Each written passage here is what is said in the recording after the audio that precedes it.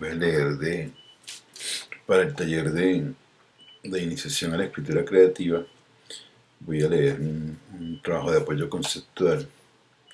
Es un fragmento de un texto de María Zambrano, una filósofa española, donde ella habla sobre filosofía y poesía. Continúo, o comienzo. A pesar de que en algunos mortales afortunados poesía y pensamiento hayan podido darse al mismo tiempo y paralelamente, a pesar de que en otros más afortunados todavía, poesía y pensamiento hayan podido trabarse en una sola forma expresiva. La verdad es que pensamiento y poesía se enfrentan con toda gravedad a lo largo de nuestra cultura. Cada una de ellas requiere para sí eternamente el alma donde anida, y su doble tirón puede ser la causa de algunas vocaciones malogradas y de mucha angustia sin término anegada en la esterilidad. Pero hay otro motivo más decisivo de que no podamos abandonar el tema, y es que hoy poesía y pensamiento se nos aparecen como dos formas insuficientes y se nos antojan dos mitades del hombre, el filósofo y el poeta. No se encuentra el hombre entero en la filosofía, no se encuentra la totalidad del humano en la poesía. En la poesía encontramos directamente al hombre concreto, individual. En la filosofía, al hombre en su historia universal, en su querer ser. La poesía es encuentro, don, hallazgo, por gracia. La filosofía busca requerimiento guiado por un método. Es en Platón donde encontramos entablada la lucha con todo su vigor entre las dos formas de la palabra, resuelta triunfalmente para el logos del pensamiento filosófico, decidiéndose lo que pudiéramos llamar, comillas, la condenación de la poesía, inaugurándose en el mundo de Occidente la vida azarosa y como al margen de la ley de la poesía, su caminar por estrechos senderos, su andar errabundo y a ratos extraviado, su locura creciente, su maldición, desde que el pensamiento consumó, comillas, su toma de poder, cierra comillas. La poesía se quedó a vivir en los arrabales, arisca y desgarrada, diciendo a voz en grito todas las verdades inconvenientes, terriblemente indiscreta y en rebeldía, porque los filósofos no han gobernado aún ninguna república. La razón por ellos establecida ha ejercido un imperio decisivo en el conocimiento, y aquello que no era radicalmente racional, con curiosas alternativas, o ha sufrido su fascinación o se ha alzado en rebeldía. No tratamos de hacer aquí la historia de estas alternativas, aunque ya sería de gran necesidad, sobre todo estudiando sus íntimas conexiones con el resto de los fenómenos que imprimen carácter a una época. Antes de acometer tal empresa vale más esclarecer el fondo del dramático conflicto que motiva tales cambios.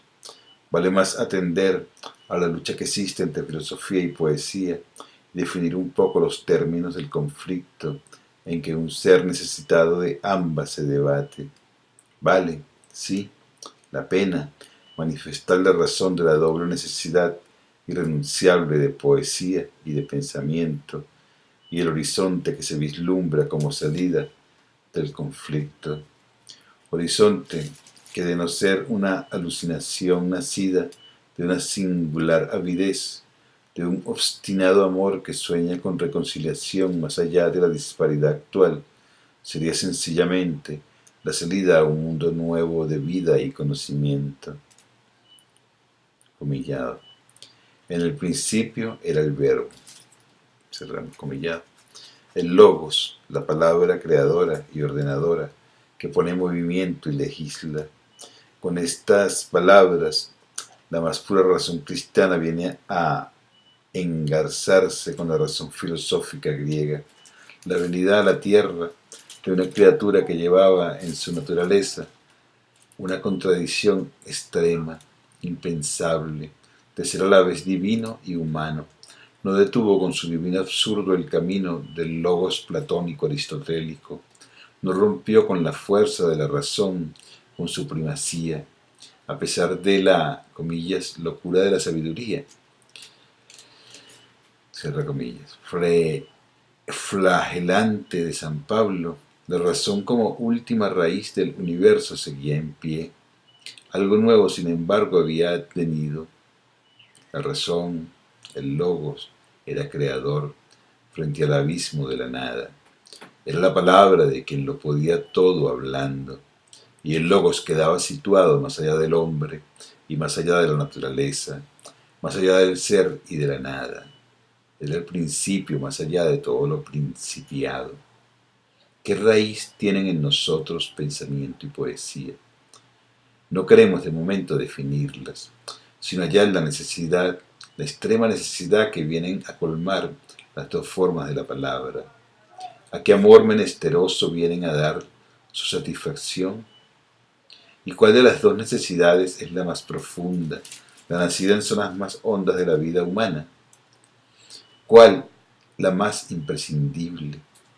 Si el pensamiento nació de la admiración solamente, según nos dicen textos venerables, no se explica con facilidad que fuera tan prontamente a plasmarse en forma de filosofía sistemática, ni tampoco haya sido una de sus mejores virtudes la de la abstracción, esa idealidad conseguida en la mirada, sí, más un género de mirada que ha dejado de ver las cosas, porque la admiración que nos produce la generosa existencia de la vida en torno a nuestro no, en torno nuestro no permite tan rápido desprendimiento de las múltiples maravillas que lo suscitan. Y al igual que la vida, esta admiración es infinita, insaciable, y no quiere decretar su propia muerte. Pero encontramos en otro texto venerable, más venerable por su triple aureola de la filosofía, la poesía y la, comillas, revelación, otra raíz de donde nace la filosofía. Se trata del pasaje del libro séptimo de la República, en que Platón presenta, comillas, el mito de la caverna. La fuerza que origina la filosofía allí es la violencia. Y ahora ya, sí, admiración y violencia juntas, como fuerzas contrarias que no se destruyen, nos explican ese primer momento del filósofo en que encontramos ya una dualidad y tal vez el conflicto originario de la filosofía, el ser primeramente pasmo, estático ante las cosas y el violentarse enseguida para liberarse de ellas. Diríase que el pensamiento no toma la cosa que ante sí tiene más que como pretexto y que su primitivo pasmo se ve enseguida negado y quién sabe si traicionado por esta prisa de lanzarse a otras regiones que le hacen romper su naciente éxtasis. La filosofía es un éxtasis fracasado por un desgarramiento. ¿Qué fuerza es esa que la desgarra? ¿Por qué la violencia, la prisa, el ímpetu, el desprendimiento? Y así vemos ya más claramente la condición de la filosofía, admiración, sí, pasmo ante lo inmediato, para arrancarse violentamente de ello y lanzarse a otra cosa, a una cosa que hay que buscar y perseguir, que no se nos da, que no regala su presencia, y aquí empieza ya el afanoso camino, el esfuerzo metódico por esa captura de algo que no tenemos y necesitamos tener con tanto rigor que nos hace arrancarnos de aquello que tenemos ya sin haberlo perseguido.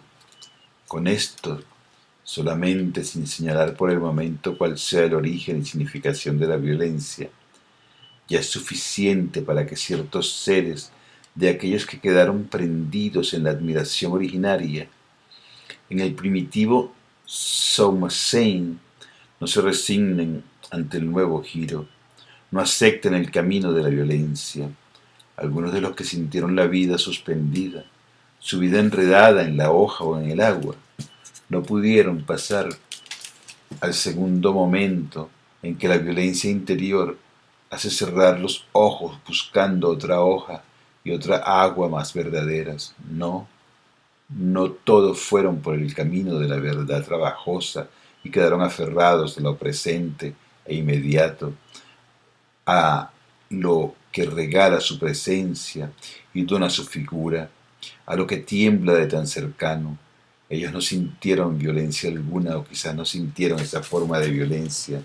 No se lanzaron a buscar el trasunto ideal, ni se dispusieron a subir con esfuerzo el camino que lleva del simple encuentro con lo inmediato hasta aquello permanente, idéntico, idea.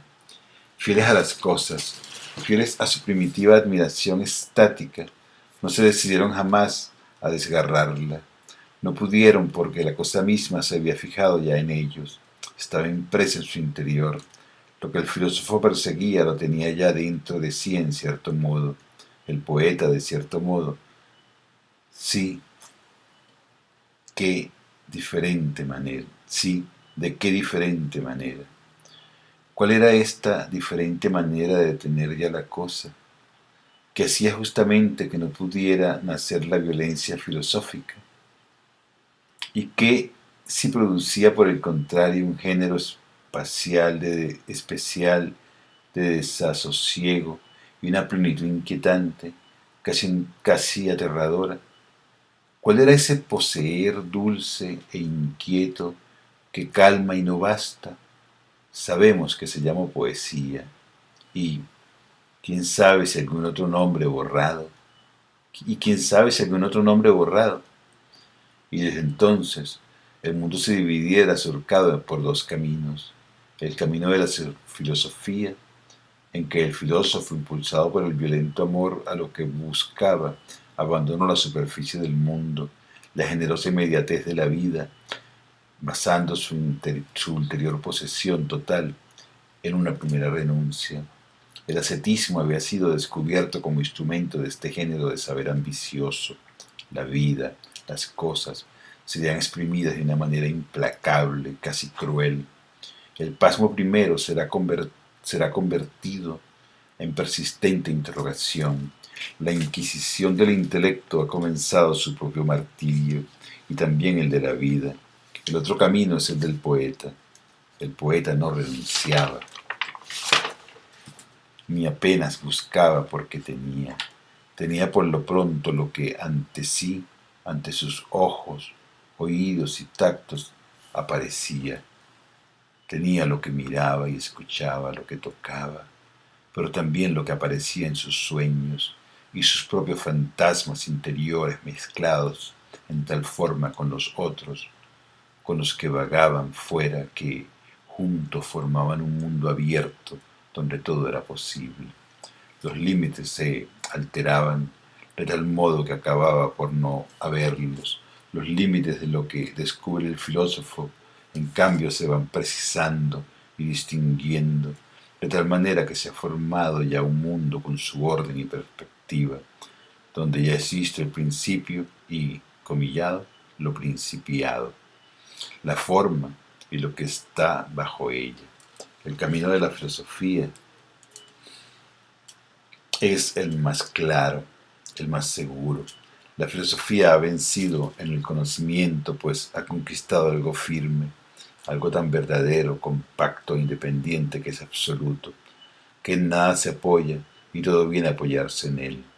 La aspereza del camino y la renuncia ascética ha sido largamente compensada. En Platón, el pensamiento, la violencia por la verdad, ha reñido tan tremenda batalla como la poesía. Se siente su fragor en innumerables pasajes de sus diálogos dramáticos donde luchan las ideas, y bajo ellas otras luchas aún mayores se adivinan. La mayor quizás es la de haberse decidido por la filosofía, quien parecía haber nacido para la poesía, y es tan así que en cada diálogo pasa, siquiera rozándola, comprobando su razón, su justicia, su fortaleza, mas también es ostensible que en los pasajes más decisivos, cuando parece agotado ya el camino de la dialéctica, y como un más allá de las razones, irrumpe el mito poético.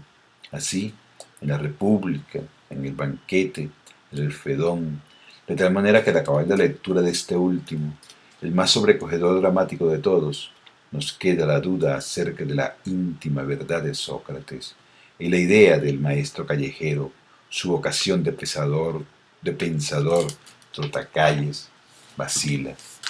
¿Cuál era su último saber? ¿Cuál la fuente de su sabiduría? ¿Cuál la fuerza que mantuvo tan bella y clara su vida? El que dice que, comillas, la filosofía es una preparación para la muerte, cierro comillas.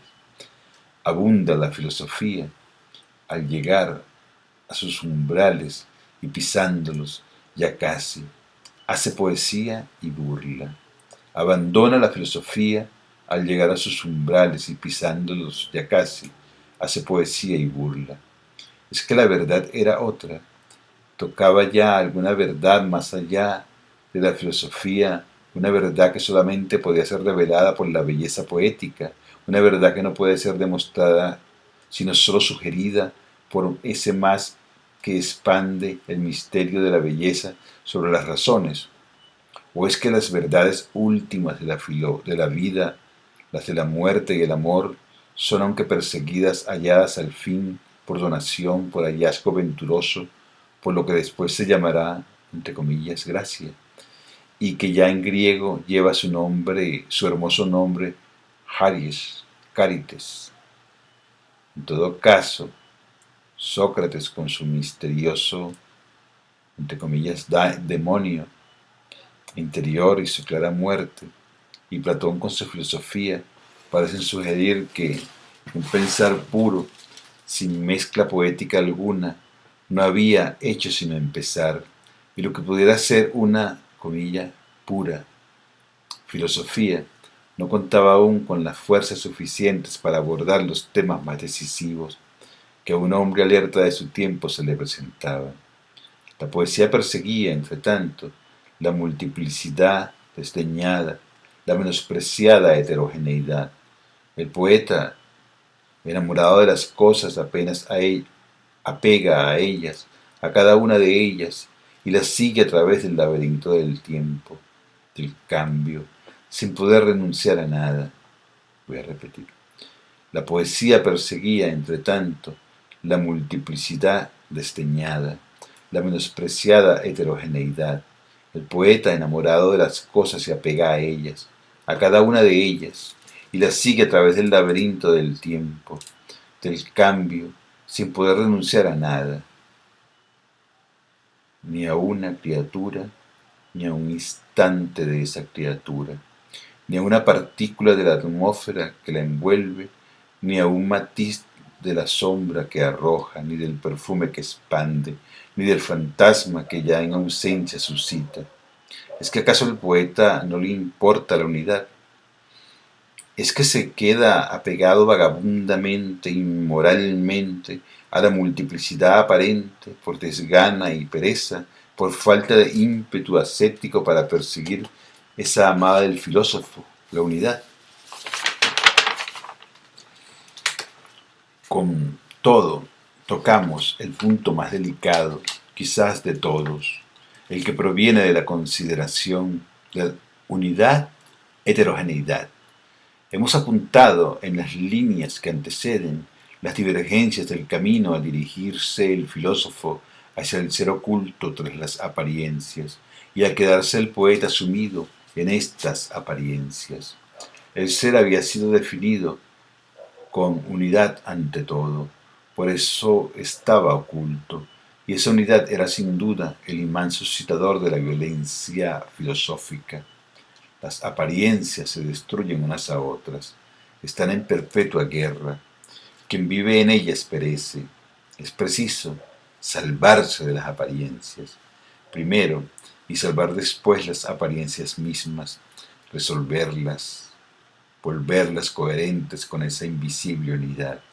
Y quien ha alcanzado la unidad ha alcanzado también todas las cosas que son, pues en cuanto que son, participan de ella, o en cuanto que son unas. Quien tiene, pues, la unidad lo tiene todo. ¿Cómo no explicarse la urgencia del filósofo, la violencia terrible que le hace romper las cadenas que le amarran a la tierra y a sus compañeros? ¿Qué ruptura no estaría justificada por esta esperanza de poseerlo todo, todo?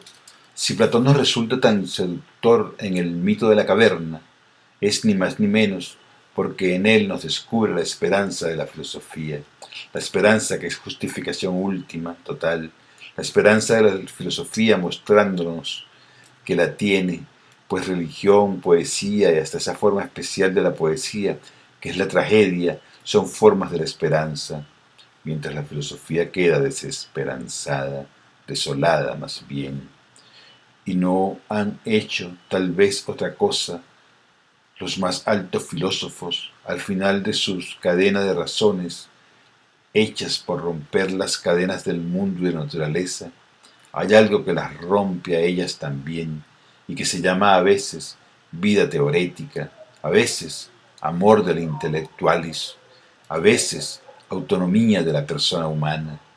Hay que salvarse de las apariencias, dice el filósofo, por la unidad, mientras el poeta se queda adherido a ellas, a las seductoras apariencias. ¿Cómo puede, si es hombre, vivir tan disperso? Asombrado y disperso es el corazón del poeta. Comillas. Mi corazón latía atónito y disperso, cierro comillas. No cabe duda de que este primer momento de asombro se prolonga mucho en el poeta, pero no nos engañemos creyendo que es su estado permanente del que no puede salir. Pero no nos engañemos creyendo que es su estado permanente del que no puede salir. No. La poesía tiene también su vuelo, tiene también su unidad, su traxmundo. De no tener vuelo el poeta no haría poesía, no habría poesía, no habría palabra. Toda palabra requiere un alejamiento de la realidad a la que se refiere. Toda palabra es también una liberación de quien la dice. Quien habla, aunque sea de las apariencias, no es del todo esclavo. Quien habla, aunque sea de la más abigarrada multiplicidad, ya ha alcanzado alguna suerte de unidad, pues que, embebido en el puro pasmo, prendido a lo que cambia y fluye, no acertaría a decir nada, aunque este decir sea un cantar. Y ya hemos mentado algo al fin, muy afín de la poesía, pues que anduvieron mucho tiempo juntas, la música. Y en la música es donde más suavemente resplandece la unidad. Cada pieza de la música es una unidad y sin embargo solo está compuesta de fugaces instantes. No ha necesitado el músico echar mano a un ser oculto e idéntico a sí mismo para alcanzar la transparente e indestructible unidad de sus armonías. No es la misma sin duda la unidad del ser a que aspira el filósofo, a esta unidad asequible que alcanza la música. Por el pronto esta unidad de la música está ya ahí, realizada. Es una unidad de creación. Con lo disperso y pasajero se ha construido algo uno, eterno. Así el poeta, en su poema, crea una unidad con la palabra. Esas palabras que tratan de apresar lo más tenue, lo más alado, lo más distinto de cada cosa, de cada instante. El poema es ya unidad, no oculta, sino presente, la unidad realizada, diríamos, encarnada. El poeta no ejerció violencia alguna sobre las heterogéneas apariencias, y sin violencia alguna también logró la unidad, al igual que la multiplicidad primero le fue donada, graciosamente, por obra de las cárites. Pero hay, por el pronto, una diferencia. Así como el filósofo sí alcanza la unidad del ser, así como el filósofo si alcanza la unidad del ser, sería una unidad absoluta, sin mezcla de multiplicidad alguna. La unidad lograda del poeta, en el poema siempre incompleta, y el poeta lo sabe, y ahí está su humildad, en conformarse con su frágil unidad lograda. De ahí ese temblor que queda atrás de todo buen poema, esa perspectiva ilimitada, estela que deja toda poesía tras de sí y que nos lleva tras ella, ese espacio abierto que rodea a toda poesía, pero aún esta unidad lograda, aunque completa, pero aún esta unidad lograda, aunque completa, parece siempre gratuita en oposición a la unidad filosófica tan ahincadamente perseguida. El filósofo quiere lo uno porque lo quiere todo, hemos dicho. Y el poeta no quiere propiamente todo porque teme que en este todo no esté en efecto cada una de las cosas y sus matices. El poeta quiere cada una de las cosas sin restricción, sin abstracción ni renuncia alguna. Quiere un todo desde el cual se posea cada cosa, mas no entendiendo por cosa esa unidad hecha de sustracciones. La cosa del poeta no es jamás la cosa conceptual del pensamiento, sino la cosa complejísima y real, la cosa fantasmagórica y soñada, la inventada, la que hubo y la que no habrá jamás. Quiere la realidad, pero la realidad poética no es sólo la que hay, la que es, sino la que no es. Abarca el ser y el no ser en admirable justicia caritativa, pues todo tiene derecho a ser hasta lo que no ha podido ser jamás. El poeta saca de la humillación del no ser lo que en él gime, saca de la nada a la nada misma y le da nombre y rostro. El poeta no se afana para que las cosas que hay unas sean y otras no lleguen a este privilegio, sino que trabaja para que todo lo que hay y lo que no hay llegue a ser. El poeta no teme a la nada, aparición, presencia que tiene su trasmundo en el apoyarse. La matemática sostiene el canto. ¿No tendrá la poesía también su trasmundo, su más allá en que apoyarse, su matemática? Así pues, así es, sin duda. El poeta alcanza su unidad en el poema más pronto que el filósofo. La unidad de la poesía baja enseguida a encarnarse en el poema, y por ello se consume a prisa.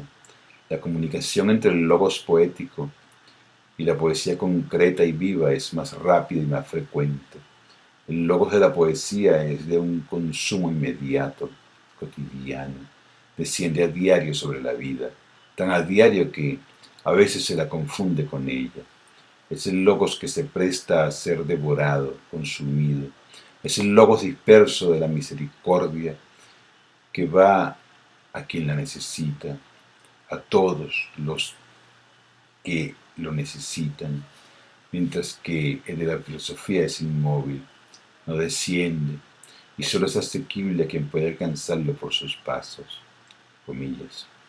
Todos los hombres tienen por naturaleza deseo de saber, cierro comillas, dice Aristóteles al comienzo de la metafísica, justificando así de antemano este saber que se busca, mas pasando por alto que en efecto todos los hombres necesiten este saber, se presenta enseguida la pregunta: ¿en qué pedimos cuenta a la filosofía?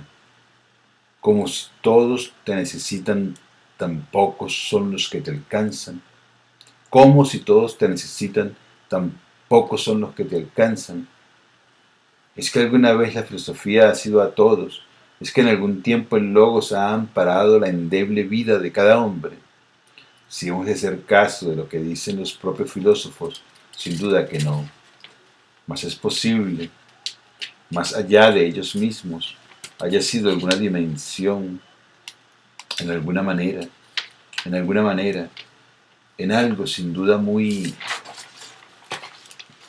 vivo y muy valioso, que ahora cuando aparece destruido, con inconsciente despreocupación de algunos, entre comillas, filósofos, a quienes parece dejar indiferente el que la filosofía sirva ahora, como vemos su vacío en la vida del hombre, es cuando más nos damos cuenta. Pero con la poesía, en cambio, no cabe esta cuestión. La poesía humildemente no se planteó a sí misma, no se estableció a sí misma, no comenzó diciendo que todos los hombres naturalmente necesitan de ella, y es una y es distinta para cada uno. Su unidad es tan elástica, tan coherente que puede plegarse, ensancharse y casi desaparecer. Desciende hasta su carne y su sangre, hasta su sueño. Pero la unidad a la que el poeta aspira está tan lejos de la unidad hacia la que se lanza el filósofo. El filósofo quiere lo uno, sin más, por encima de todo. Y es porque el poeta no cree en la verdad, en esa verdad que presupone que hay cosas que son y cosas que no son, y en la correspondencia verdad y engaño. Para el poeta no hay engaño, sino es el único de excluir por mentirosas ciertas palabras. De ahí que frente a un hombre de pensamiento, el poeta produzca la impresión primera de ser un escéptico, mas no es así. Ningún poeta puede ser escéptico, ama la verdad, mas no la verdad excluyente, no la verdad imperativa, electora, seleccionadora de aquello que va a elegirse en dueño de todo lo demás, de todo. Y no se habrá querido para eso el todo, para poder ser poseído, abarcado, dominado. Algunos indicios hay de ello, sea o no así, el todo del poeta es bien diferente, pues no es el todo como horizonte, ni como principio, sino en todo caso un todo a posteriori, que sólo lo será cuando ya cada cosa haya llegado a su plenitud. La divergencia entre los dos logos es suficiente como para caminar de espaldas largo trecho. La filosofía tenía la verdad, tenía la unidad y aún todavía la ética, porque la verdad filosófica era adquirida paso a paso, esforzadamente, de tal manera que al arribar a ella se siente ser uno mismo, quien la ha encontrado. Soberbia de la filosofía, y la unidad y la gracia que el poeta halla como fuente milagrosa en su camino son regaladas, descubiertas de pronto y del todo, sin rutas preparatorias, sin pasos, sin rodeos. El poeta no tiene método ni ética. Este es, al parecer, el primer frente a frente del pensamiento y la poesía en su encuentro originario, cuando la filosofía soberbia se libera de lo que fue su calidad matriz, cuando la filosofía se resuelve a ser razón que capta el ser que expresado en el logos nos muestra la verdad, la verdad. ¿Cómo teniéndola no ha sido la filosofía el único camino del hombre desde la tierra hasta ese alto cielo inmutable donde resplandecen las ideas? El camino sí se hizo, pero hay algo en el hombre que no es razón, ni ser, ni unidad, ni verdad. Esa razón, ese ser, esa unidad, esa verdad, más no era fácil demostrarlo, ni se quiso, porque la poesía no nació en la polémica, y su generosa presencia jamás se afirmó polémicamente. No surgió frente a nada. No es polémica la poesía, pero puede desesperarse y confundirse bajo el imperio de la fría claridad del logos filosófico, y aún sentir tentaciones de cobijarse en su recinto que nunca ha podido contenerla ni definirla, y al sentir al filósofo que se le escapaba, la confinó, vagabunda, errante. La poesía pasó largos siglos, y hoy mismo apena y angustia el contemplar su limitada fecundidad, porque la poesía nació para ser la sal de la tierra, y grandes regiones de la tierra no la reciben todavía. La verdad quieta, hermética, todavía no la recibe. Comillas. En el principio era el Logos, sí, pero el Logos se hizo carne y habitó entre nosotros, lleno de gracia y de verdad. Cierro comillas, termina el texto. Esta es una fotocopia. María Zambrano, Filosofía y Poesía, Fondo de Cultura Económica, México, capítulo 1, por si lo quieren leer. Estos son apoyos conceptuales. Es importante de verdad que se suscriban al canal para poder seguir trabajando. Esto es un trabajo. ¿Es esto un trabajo? Sí, ¿verdad? Bueno, estoy encaricuado, deben ser como las 1 de la mañana y le estoy leyendo esto a ustedes. De María Zambrano. Me imagino que debió haberlo leído en madrileña, en, en castellano castizo, pero lo estoy leyendo en caricuao, con este acento de acá.